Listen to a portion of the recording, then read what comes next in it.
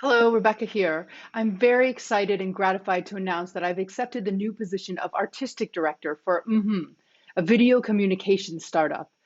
First, I'd like to say goodbye to my friends at Cornell.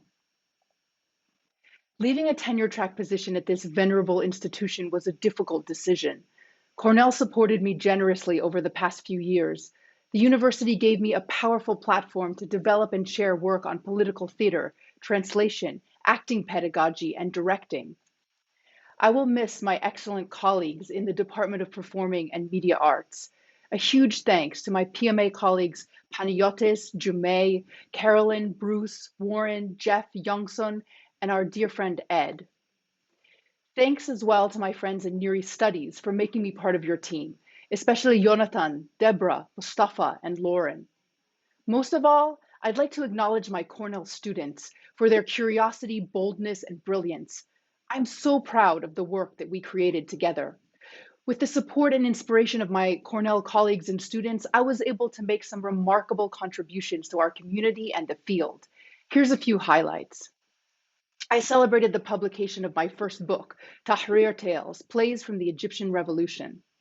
I translated from Arabic and directed 4 English language world premiere dramas from Syria and Palestine. And I produced an international conference on dramatic translation. Thanks to all my friends at Cornell for these extraordinary collaborations. We've done important work together. Taking up a position at a startup was not part of my plan. As a theater artist, scholar, and communication consultant, I never imagined working in high tech, let alone for a company geared towards online video. My collaborators all know that I've long been a champion of in person. My core commitments have always centered around real life communication and performance. But for the past year and a half, we've all been forced online. I found myself logging into Zoom and teaching my theater classes online.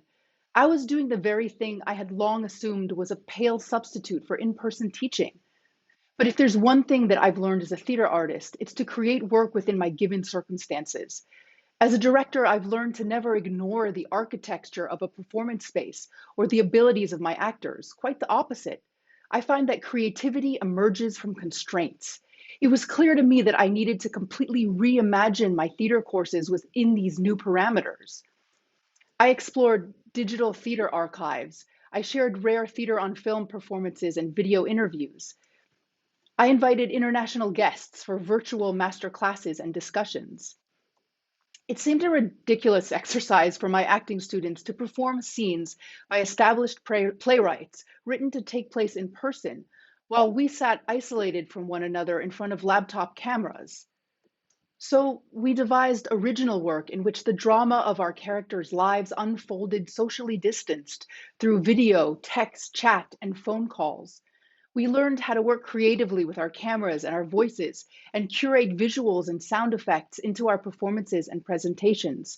Working entirely virtually, we created a feature-length film, off campus, on screen, about student life in the time of COVID-19. The results were remarkable. The experience pushed me to reconsider my assumptions about the limitations of online teaching and digital communication in general.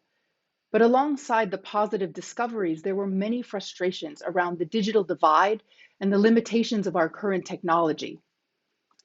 And we so often found ourselves back here, heads in little boxes. Most of the digital platforms and tools available to us create a lesser version of in person meetings rather than trying to reimagine what online communication can be at its best.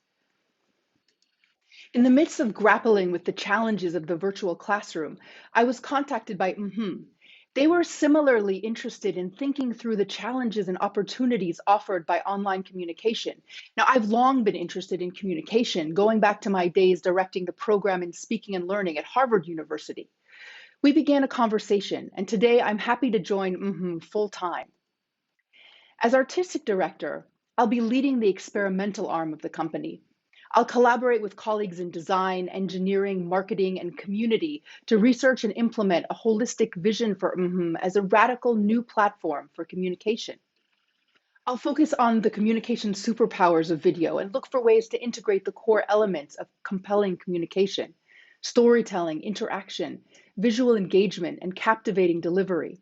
My goal is to make mediated events intuitively and seamlessly theatrical, dialogic, communal, and versatile. Is a fully distributed company.